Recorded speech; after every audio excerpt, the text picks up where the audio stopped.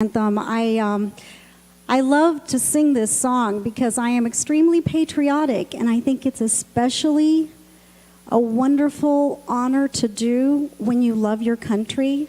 No taking a knee, no being disrespectful, and with that, I always sing to the flag. So I'm going to turn around and face the flag. I'm not being rude.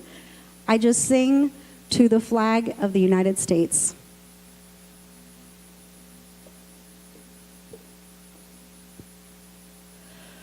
Oh, say, can you see by the dawn's early light what so proudly we hailed at the twilight's last gleaming, whose broad stripes and bright stars through the perilous fight o'er the ramparts we watched were so gallantly streaming, and the rockets' red glare, the bombs bursting in air, gave proof through the night that our flag was still there. Oh, say, does that star-spangled banner yet wave o'er the land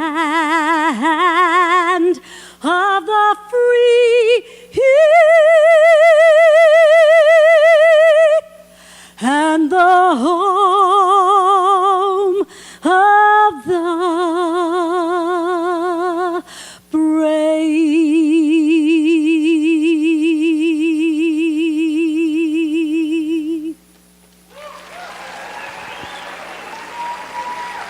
Thank you. Thank you. You may be seated. Well, it feels really good to be home, I have to say. I have been... Before I begin, I want to introduce you to somebody very special. Actually, she's the reason I'm here, as in here. My mom, Mitzi Sestero, please stand, Mom.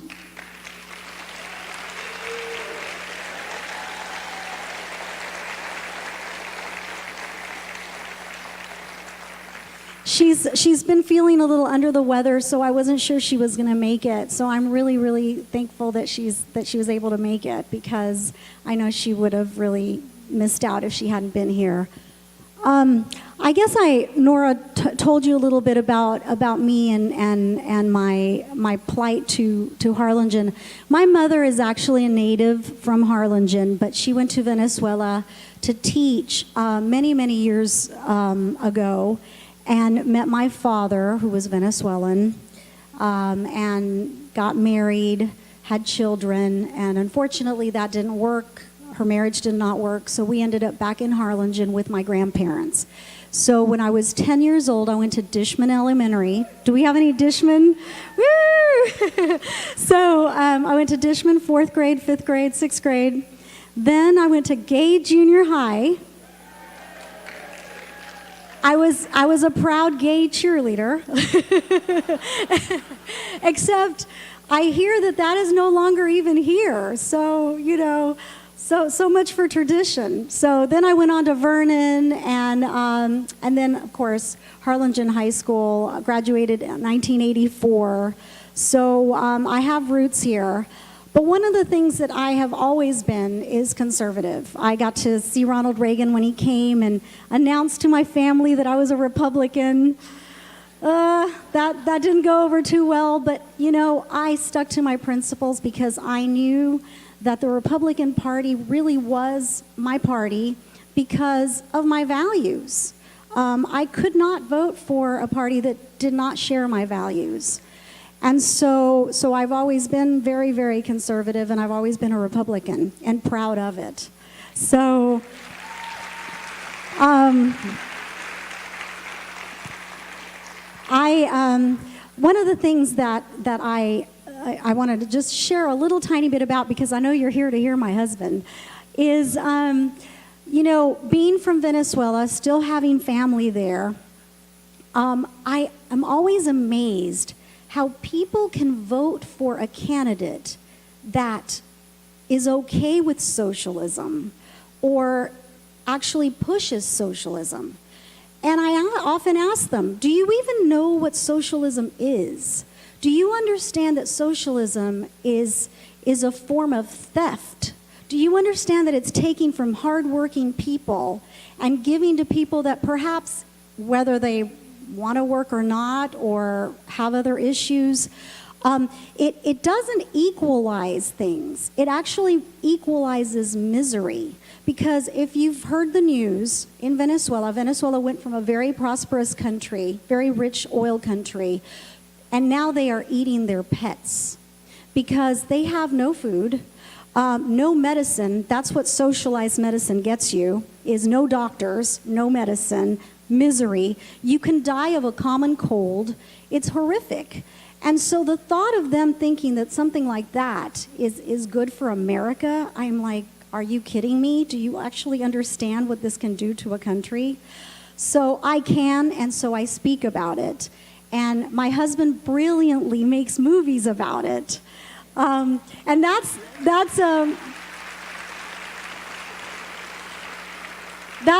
another story altogether of how our lives actually crossed, and how we are now a very solid power couple for this cause, and very proud of it.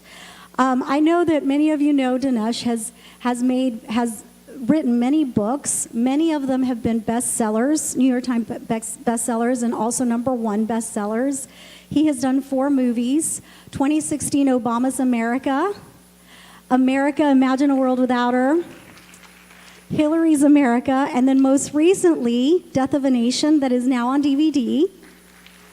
So, and we are concocting a 2020 movie as well. So that'll be out. So I know you know about that, and his bio is on his website. But some of the things that you don't know is what I'm going to tell you. So Dinesh loves chocolate. So much so that sometimes he tries to sneak a few. And of course, being very witty, I actually catch him.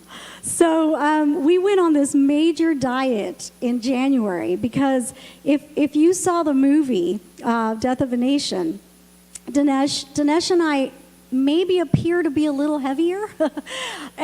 We can blame it on, how they say that you gain 10 pounds in a movie, but that wasn't actually it. We were eating so much that we decided to go on a little diet. And I think for him, the worst part of the whole thing was not being able to eat chocolates. So now that we're on maintenance, all bets are off. He has really started doing that again. So anyway, and he of course is just a sweetheart. I'm always amazed how, we're at an airport or someplace and people recognize him, and he's always very gracious and a very nice person. A lot of times people that are successful, things like that go to their heads and they think they're, above or beyond reach. But Dinesh has never been that way. And in our personal lives, he's completely not that way. Super sweet to my mom, as she knows right here. He adores her. And so without further ado, I would like to introduce you to my sweet husband, Dinesh D'Souza.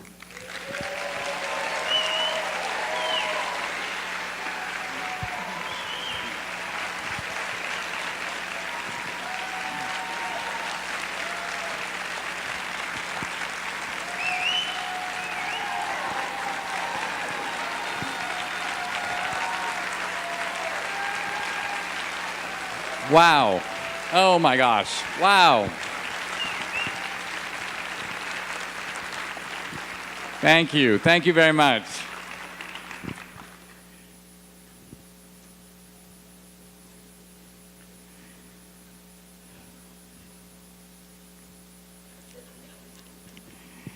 I'm really delighted and thrilled to be here. Ever since I met Debbie, I was introduced to this window.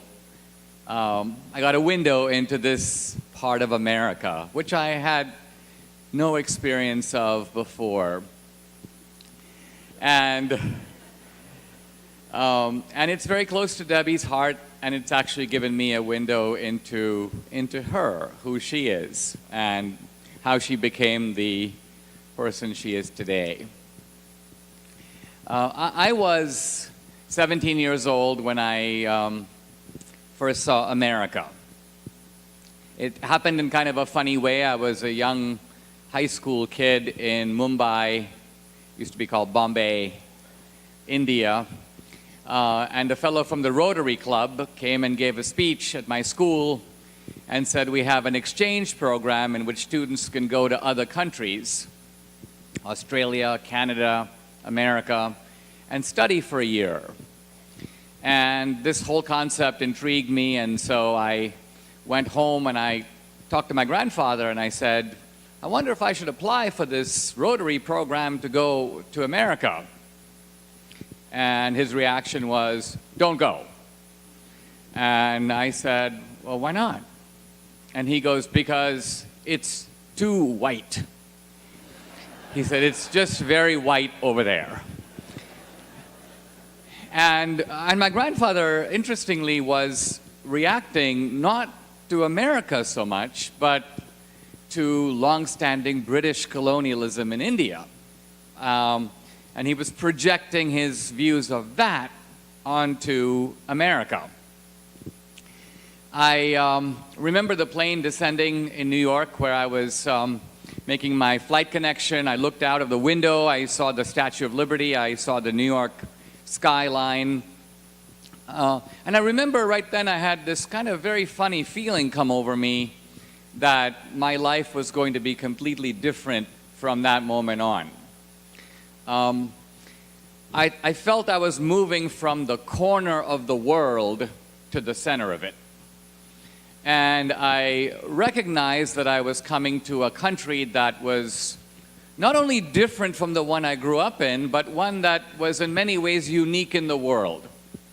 This was recognized even by fellows I knew in Bombay who had never set foot in America. In fact, I remember one guy who would say to me in school, he's like, when I grow up, I'm going to go to America. And he kept saying this almost like a sort of a chant.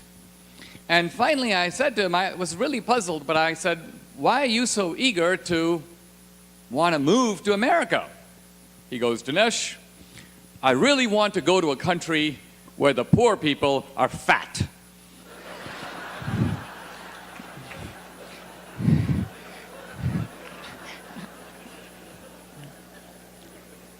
So, America has the reputation worldwide of being the country of prosperity. And when I got to America, I noticed that to a large degree it is. Because when I first set foot in Arizona, where I lived for the year, I stayed with 4 different families and I attended public school. I would see what appeared to me these beautiful, impeccable homes. And they had 2 cars in the driveway, and some of them had a little pool, even if it was a little artificial pool, but there it was in the backyard. And I would ask people, I'd say, well, what does that guy do? And I kind of expected, oh, he's the vice president of this corporation. Turns out, they'd say, well, he doesn't do much. And I'm like, what?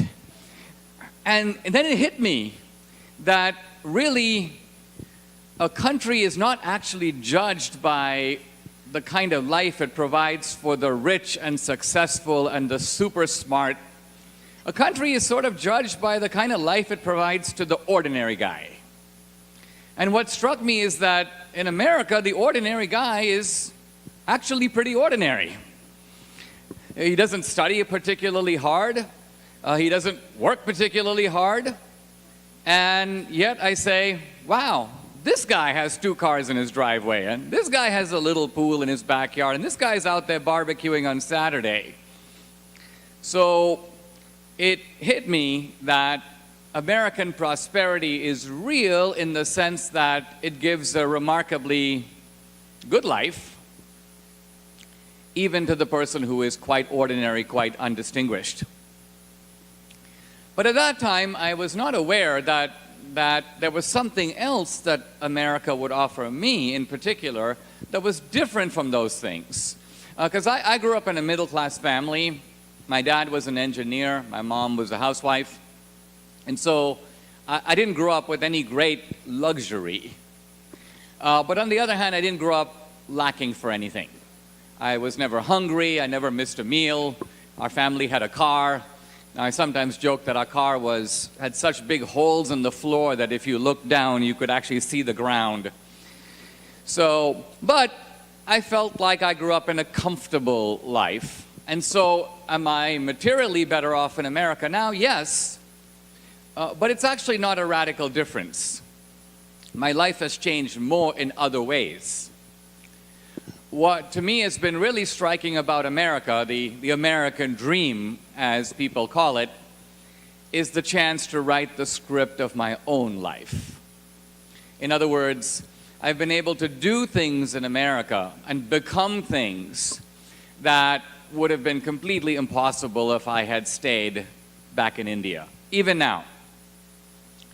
The point I'm trying to suggest is that America doesn't just make possible the prosperous life, but it makes possible a life in which we are in the driver's seat of our own destiny.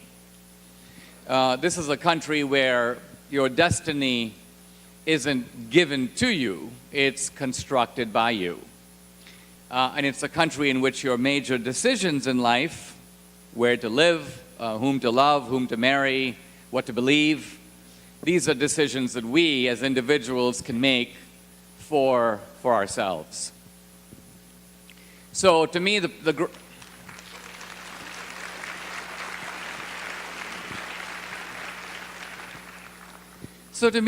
core idea of America is the self-directed life.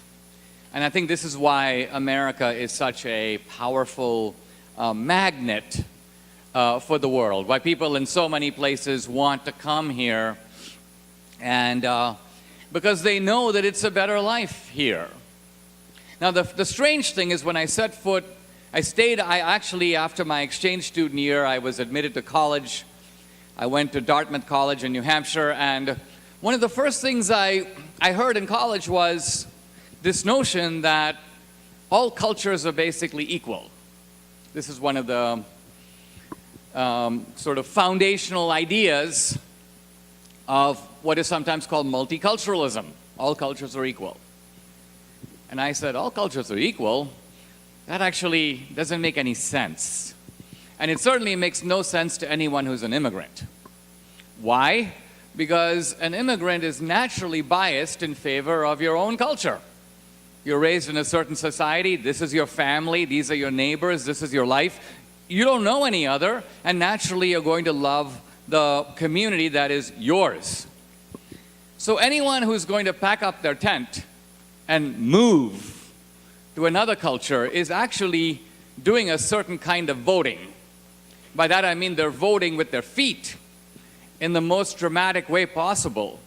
And in my case, how can you interpret what I'm doing except, in a sense, voting in the best way I know how, against the world in which I was born and raised, and voting to move to another society. And why would I do that if I didn't think that this other society was in some fundamental way better than where I was born? Better for me, and better for my life, and better for my family. In the 1980s, I became very intrigued with American politics, and a lot of it, as with Debbie, had to do with Reagan. Reagan advanced something that I was not all that familiar with, which is a vision of American conservatism. And my previous idea of a conservative was some kind of a business guy with a toothbrush, mustache, and umbrella, someone really stodgy. And I had no understanding that conservatism was actually about ideas, that conservatives try to conserve things. But conserve what? Because if we look at any country or even any history, there's good and there's bad. What are you trying to conserve? Well, in America, conservatives are conserving the ideals of the American Revolution. They're trying to conserve the American dream.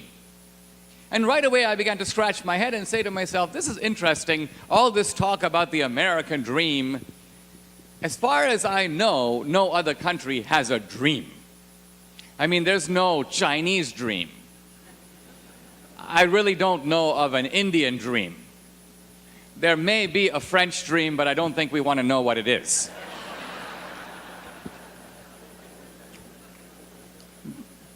But there unquestionably is an American dream. And for Reagan, this dream actually meant three things that I think have come for me to define what American conservatism is. The first part of Reaganite conservatism was simply the idea that the world is a very dangerous place, and that in a dangerous world, we need to have strength, force, in order not to let the bad guys take over. Seems like a very simple idea, but its application is not that simple. Because in application, you know, when you take the philosophy seminar, you always realize, always choose the good guy over the bad guy. But that is actually the easy choice. In the real world, you often discover that the choice is not between the good guy and the bad guy, but between the bad guy and the really bad guy. And sometimes in life you realize I have to ally with the bad guy to get rid of the worst guy. Notice that in World War II, the United States allied with the bad guy, Stalin, because another bad guy, Hitler, posed a greater threat at the time. This can be called the principle of the lesser evil. The principle of the lesser evil is always choose the lesser evil to prevent the greater evil. And if you don't know that or you don't do that, you get very bad results. When Jimmy Carter, when I came to America, Jimmy Carter was president. And what happened in Iran was that the Shah of Iran was the ruler, and frankly, he was kind of a dictator. If you protested against him, he would bring in the secret police, they'd round you up, they'd carry you off in a wagon. And so Jimmy Carter said, there's the bad guy. Let's pull the Persian rug out from under him. Boom. And then what did we get? Khomeini. So in other words, in trying to get rid of the bad guy, Jimmy Carter got the worst guy. And all of what we now worry about in terms of Islamic radicalism, modern terrorism, suicide bombing, notice that before Khomeini, you would not be able to name a single world leader who ever urged his citizens to commit martyrdom, to blow themselves up because they hated the United States. No Arab leader ever said that before Khomeini. Khomeini started all this. And so, and in a sense, you could say we were at least partly responsible in putting him in power. I mean, I think this is why if today we had to give a presidential award for the greatest presidential nincompoop that we have ever had in the White House, at least in our lifetimes, I think Jimmy Carter must take the award. First prize.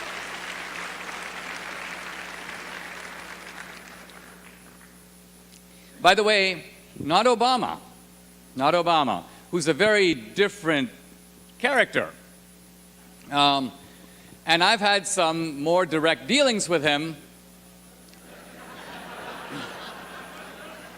in a kind of, it's very eye-opening for me because it actually has shifted my perspective on America. Before my dealings with Obama, I thought of America in idealistic terms. And I even thought of American politics in idealistic terms. In other words, I thought American politics is a debate. And you've got one side that believes X, and you've got another side that believes Y. Very naive view of American politics. Because politics, like life, isn't a debate.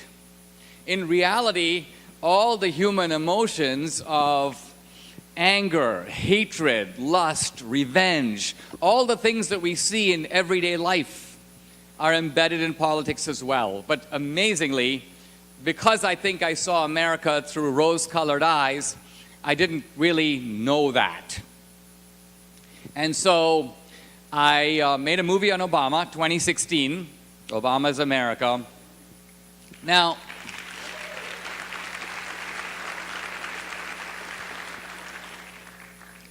what's interesting about that movie was I'd gotten the idea for the movie by reading Obama's book, Dreams from My Father.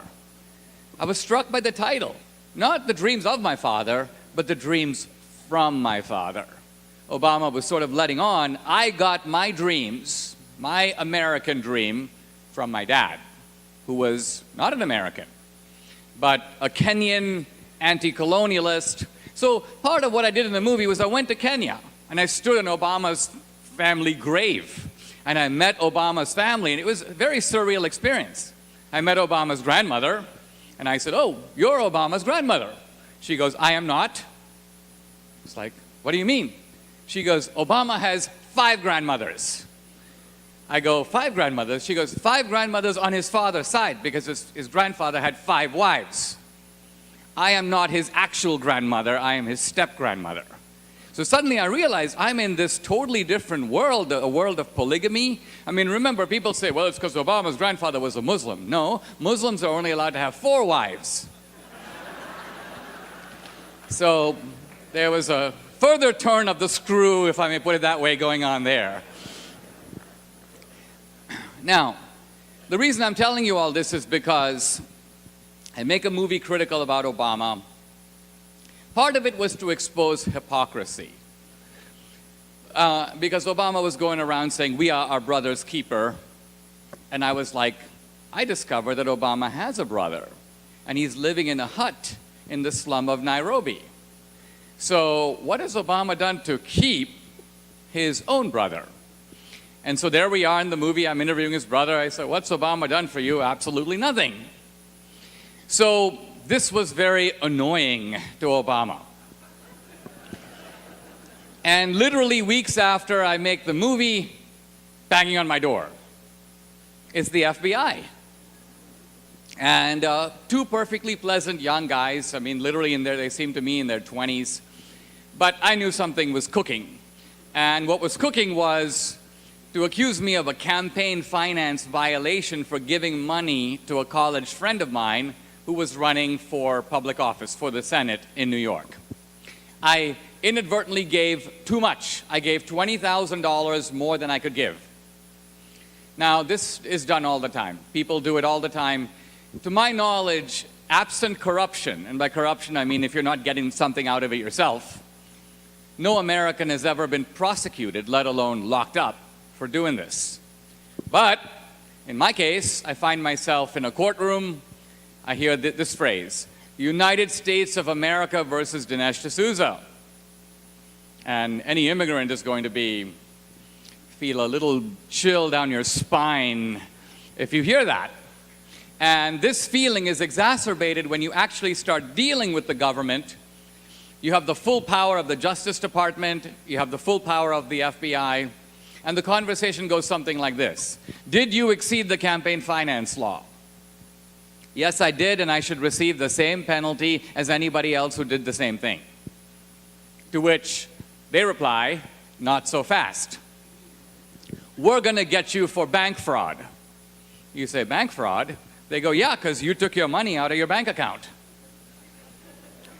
And then you go, oh. And then they say, we're going to get you for mail fraud. You say, mail fraud? They go, yeah, because you put your check in the mail.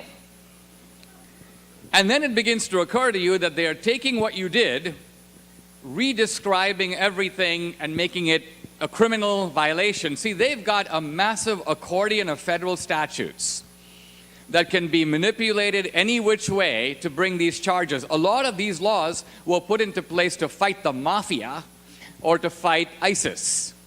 You couldn't get Al Capone, so you get him on a tax violation. You get him on a technicality. You get him on parking. But you get him. So these laws are now applied to ordinary Americans. So I say all this because I think I've actually seen the up and the downside of America now. Seen it very clearly and come to recognize that even politics is motivated by very complex types of motives. Now, the good news for me, when I was locked up in this confinement center with 160, hardened felons, I realized all these people's lives have been destroyed. But in my case, I have to say, a happy ending. I was working in my office this May, a few months ago. The phone rang. I pick it up. It's the White House operator. Is this Mr. D'Souza?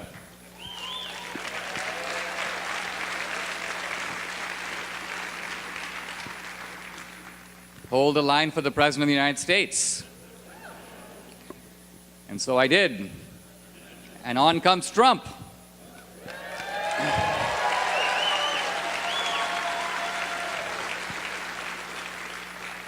And he's in a very Trumpian mood. He goes, "Hey, Dinesh, how's it going? I'm sitting here with John Kelly. You know John Kelly, don't you?" And I'm like, "I don't know John Kelly. I know who he is, but I don't know the guy." And then Trump begins to talk. His first line is, "I got to tell you, man to man, you got screwed."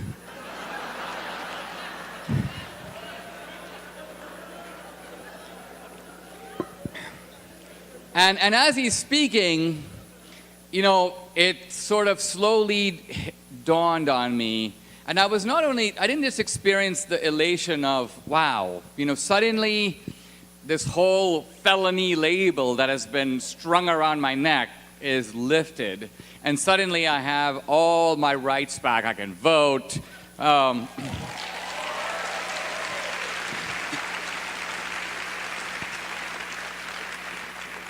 I still don't have the chutzpah to post on social media with a firearm, but I do have my Second Amendment right back.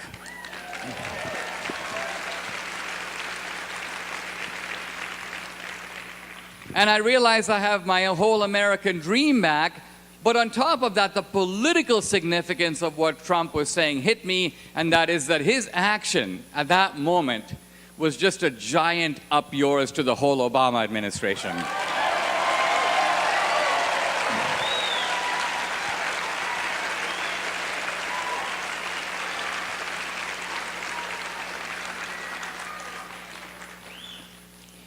Now,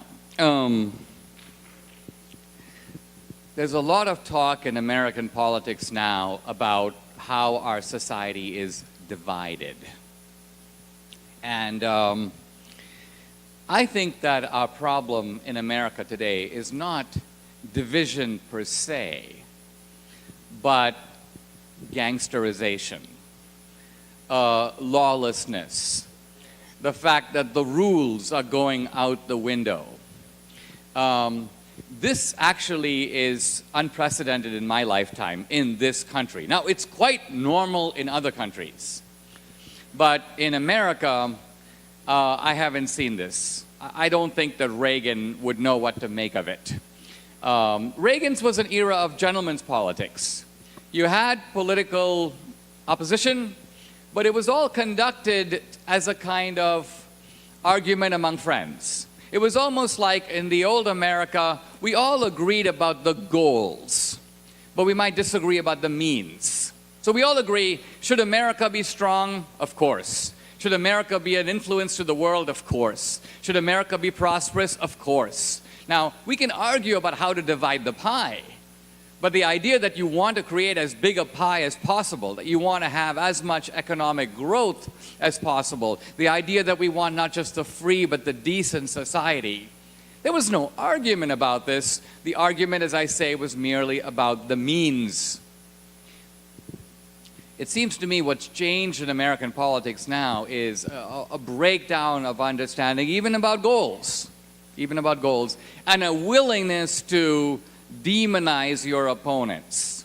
I mean, I saw this in my own case. It was really obvious that the U.S. government, and by the U.S. government here, I mean the Department of Justice headed by Holder, and by this prosecutorial team, their whole idea was, if we can lock Dinesh up for 20 years, we would be delighted to do it. Why? Because the way we see it, he's not a critic, he's an opponent. He's a bad guy, he's an enemy. We have to take him out however we can. And this, to me, was unnerving, because this was not the way I saw American politics, and this is not the way American politics actually was. I mean, Jimmy Carter would no more dream of locking me up than Reagan would want to go lock up Michael Moore. Nobody thought like that. This is a new turn, dark turn in American politics. Now, a lot of people blame it on Trump. They go, Trump is the cause of the division. No, Trump didn't cause this division, it caused him.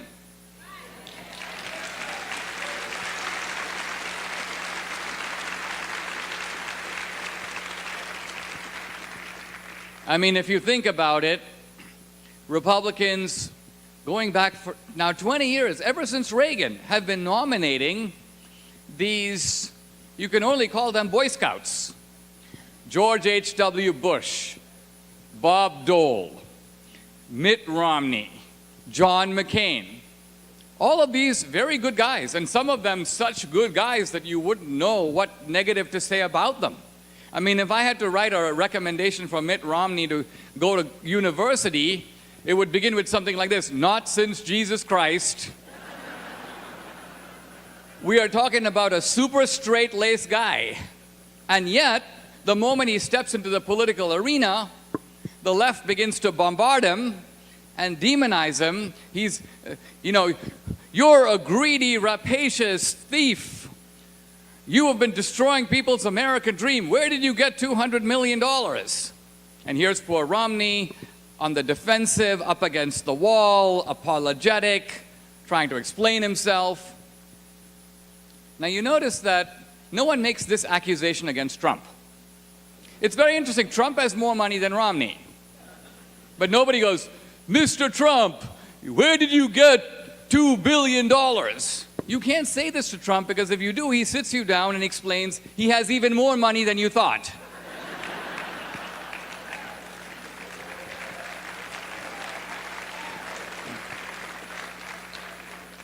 It totally doesn't work. I think that the reason that Trump has built a really strong base on the Republican side is because, ironically, he has human weaknesses that turn out at the same time to be political strengths. This is a weird thing to say, because it explains also why people are uncomfortable about Trump. And there are people who are, including my mother-in-law. They go, take away Trump's Twitter. I'm like, and give it to whom?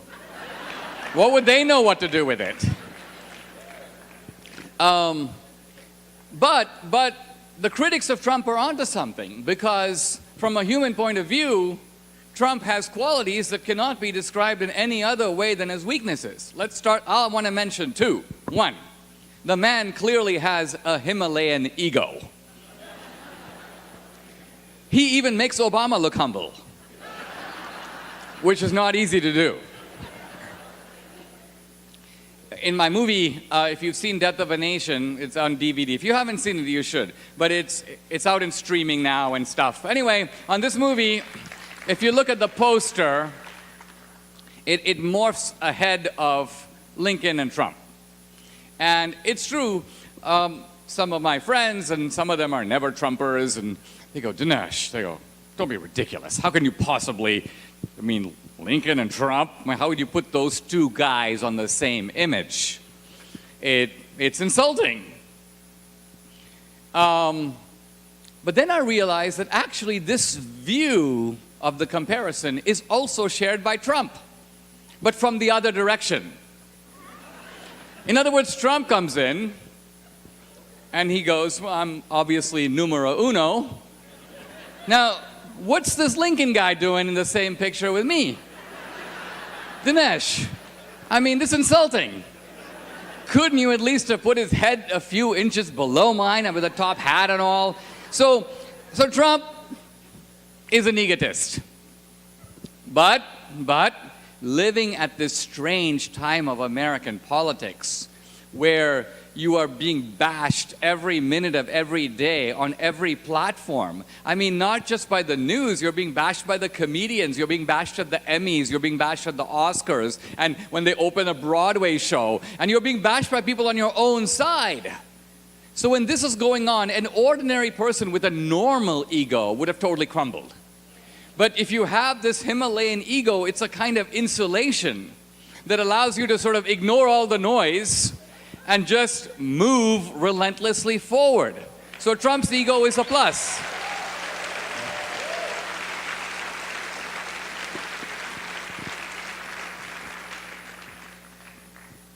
Now, the other thing about Trump, and this would be a second weakness, is that if Trump gets attacked by somebody, and it doesn't matter if they are the Speaker of the House or a rival senator, it could be someone of no consequence at all, a completely meaningless, picayune person attacks him. He has an emotional need to attack them back. He can't not do it. He has to do it. And this makes him really very different than most Republicans. Because in the world, there are very strange people that it's sometimes best to avoid. Socrates once said that if you are in the presence of somebody who says something extremely stupid, the best response is silence. Don't say anything. Don't disagree, because you'll only provoke them. Keep quiet.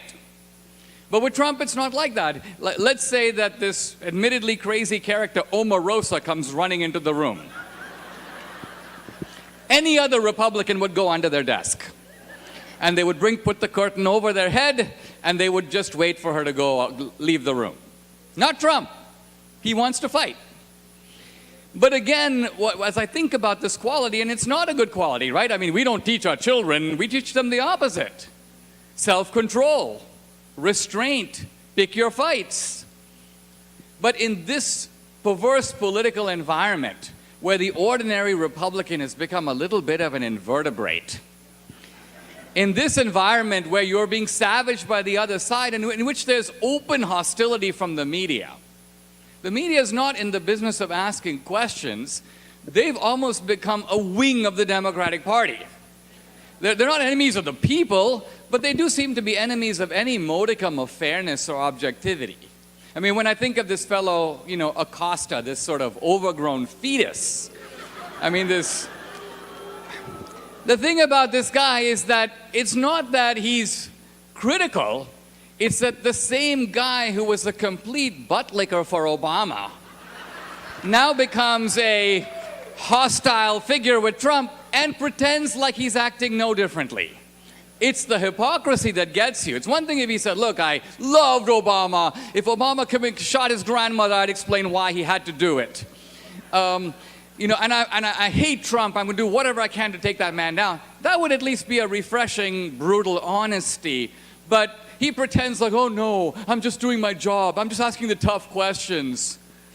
This is what I think gets you. So I think with Trump, this kind of hitting back, which normally would be unacceptable, is, I think, needed under these conditions.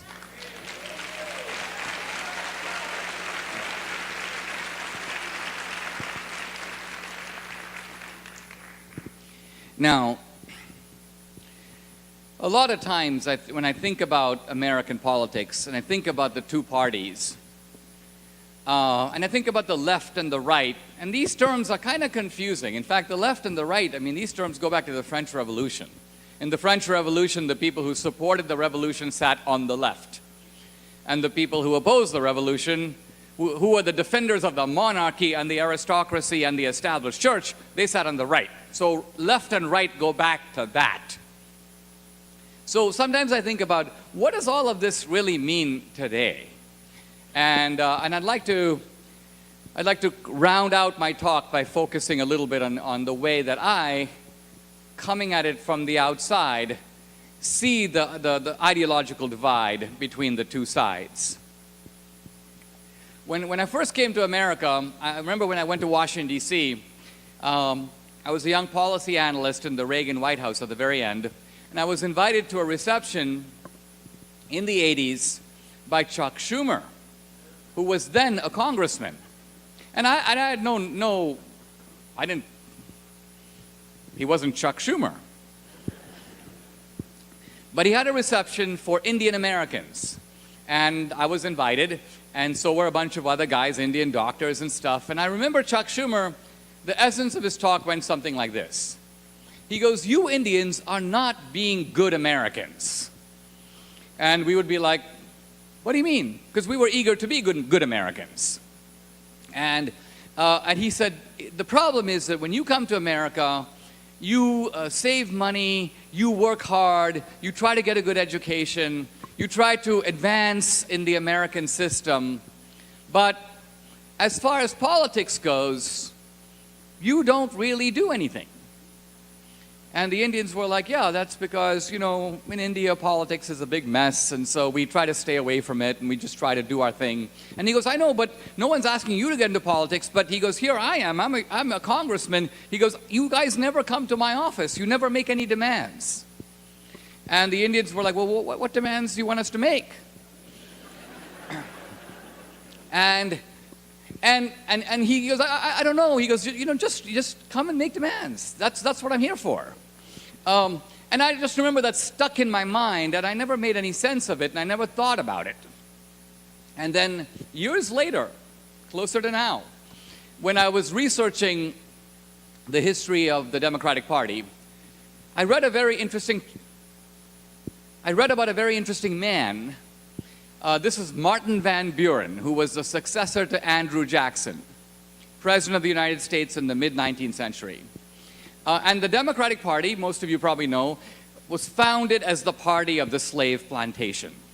That's what it came into power to do, to defend the slave owners of the American South. But of course, Andrew Jackson, the founder of the Democratic Party, was a Tennessee slave owner. And, but Van Buren, who was a Northern Democrat from New York, no slaves. But Van Buren went south, and he saw the slave plantation, and he saw how the Democrats had established an almost monopoly power over the slave plantation. And Van Buren goes, "Let me figure out how to make the Democratic Party in the North just as strong as it is in the South. How do I do that? First of all, I need slaves. But I don't have any slaves, because slavery has been abolished in the North. But what I do have are immigrants, because the immigrants were coming to America in droves. Now, at this time, they were the Irish, the Italians, the Jews, but many of them were being coughed out of the most depressed parts of Europe, the Irish potato famine, a series of devastating famines and tragedies. So all these immigrants came to America. They were poor, they were scared. Many of them didn't speak the language. They were in a totally new country. In other words, they were vulnerable. They were vulnerable. And Van Buren goes, here is a formula for the Democratic Party's success in the North. Basically, what we have to do is cut a deal with the immigrants.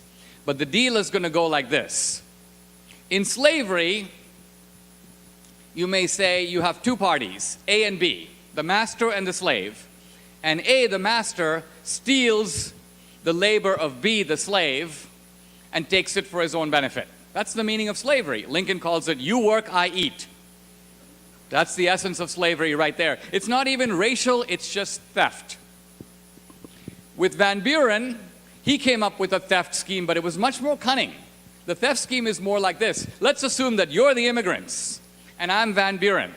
I say to you, look, I'm not going to steal from you. In fact, you have nothing for me to steal from you. You don't have anything. But you do have something that actually costs you nothing. I want that. It's your vote. It's your vote. Give me that. Now, with that vote, I will get myself elected to power. And the good news is that there is something to steal from them. It's called the US Treasury. I will loot the Treasury and keep most of it for myself, but I will give some of the crumbs to you.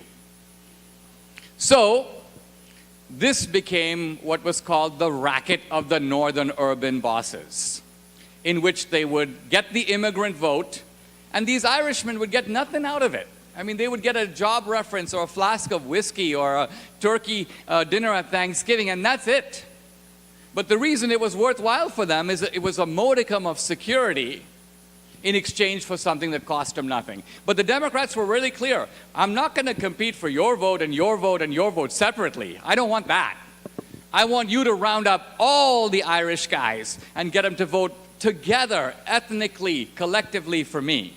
So in other words, the Democratic Party transferred from the black slave plantation to the northern ethnic plantation.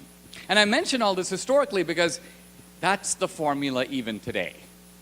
We've gone to what can be called the multicultural plantation, and essentially what's going on is that the Democrats would like to have your support, but it's a very mixed bag. It's a very mixed bag. Let me step back and put it a slightly different way, and I'd like to close on this note. As I look at American politics, I see two sides. On one side, let's call it the conservative side, you have the politics of the ladder. And the ladder is the ladder of opportunity. Now, the government has an important role, and the government's role is to hold the ladder, which means to protect our rights, to provide a basic safety net, to provide an external environment of security. But how far you climb on the ladder, that's up to you. That's based on your ability, your talent, your effort, and frankly, a little bit of luck. So that means some guys may get up to the third rung on the ladder and some other guys may get up to the seventh rung, but at the end of the day, the politics of the ladder is about keeping that ladder standing for people to make their lives better. But it is up to you. The other politics on the other side, the politics of the left, I'm going to call it the politics of the rope. And on the face of it, it's a more attractive politics than the ladder for this reason. Basically, you have a bunch of guys who are on top of a big building. And they look at the poor, black, brown people down there, and they say, listen, we have a rope. We're going to let the rope down. You hang on to it. We'll pull you up. So on the first glance, you go, wow, the rope is better, because in the ladder, I actually have to climb. In the rope, I just hang on. But then, if you're smart and you watch this for a little while, you realize, number one, this is a little bit of a dicey bargain, because I'm totally dependent on the fellow up there holding the rope. If he lets go, down I go. And second of all, I've been watching this rope for a while, and I notice a lot of people are being pulled, but they never get to the top. I never see them climb onto the building where the guys who are holding the rope are. They seem somehow to be hanging in perpetual limbo. In other words, you have communities today that have been helped for generations.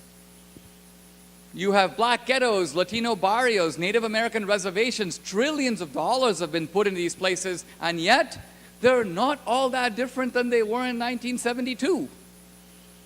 They haven't actually fixed their problems.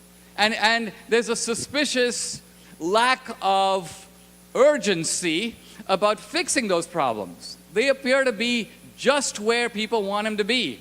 And so then it crosses your mind that maybe the guys who are on top of the building don't have any plans to pull you all the way up.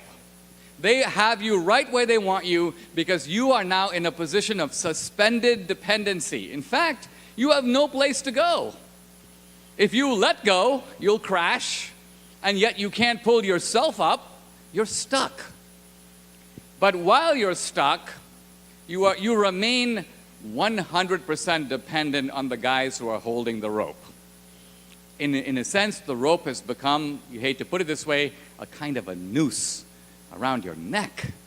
And you are in a certain type of captivity that is regrettably partly of your own making. Why? Because you actually collaborated to get the setup in which you are now dangling in the air with no real prospect of advancement. So I think at the end of the day, as Americans, we have this choice. Do we actually want an America of the ladder, or do we want an America of the rope? Because the America of the rope is the path, I think, of dependency. And ultimately, that dependency destroys your dignity. Why? Because at the end of the day, the only real self-esteem can be in earned achievement. The only self-esteem is the pride of the kid who goes, I struggled with that math problem and I figured it out and I did it. And so I feel good about myself and it's going to motivate me to do the next one because I'm ready to tackle that challenge. It is that sense of earned achievement, I think, that drives our motivation and creativity as human beings. So at the end of the day, when I think about politics, I always try to go back to that original primordial moment when I first came to America, when I saw America fresh. Because if you think about it, the immigrant does have this double point of view. If you grow up in a different culture, and you have this to a degree as well, you're able to see America through this kind of double lens. And compare America to other countries and identify things about this country that make it unique. America in 1800 was probably one of the handful of poorest countries in the world. Within 100 years, it was indisputably the richest country in the world and has never let that title go, nor does it seem likely to do so in the near future. How did that happen? Interestingly, we look at our history books, not a clue. They don't even address the problem. They don't give an answer. They don't even raise the question. A lot of what we call history is unfortunately progressive history. It's history written by progressives, and that's what you get in the history books. That's what you get in the History Channel. That's what you get on Wikipedia. Sometimes people who see my movies, they get a kind of indigestion. I mean, they accidentally wandered in, and they're like, what? There's a bunch of Nazis and they're sitting around a table and they're writing these laws that turn Jews into non-human second-class citizens, and they're holding in their hands the democratic laws of the Jim Crow South, and they're crossing out the word black and writing in the word Jew. They're like, where's this crazy D'Souza getting all this madness from? And the answer is, there it is, indisputable in the historical record, but you won't find it in the textbooks because the progressives have left it out. And you won't find it in Wikipedia because after World War II, there was a very careful campaign to move fascism from the left-wing column into the right-wing column. I'm not saying that these are people who are outright lying. It's just that they're protecting their own side. They're covering up the crimes of their own party. They're spinning the story in such a way that inconvenient facts are downplayed, if not left out. And that's actually the importance of movies, because the movies tell an emotional narrative. I can give all the documentation in the book, and I do, but at the end of the day, the movie is it's a narrative and a visual experience. My goal is to offer a message that I hope will be encouraging to you and will motivate you to be a force for change right here in the Valley.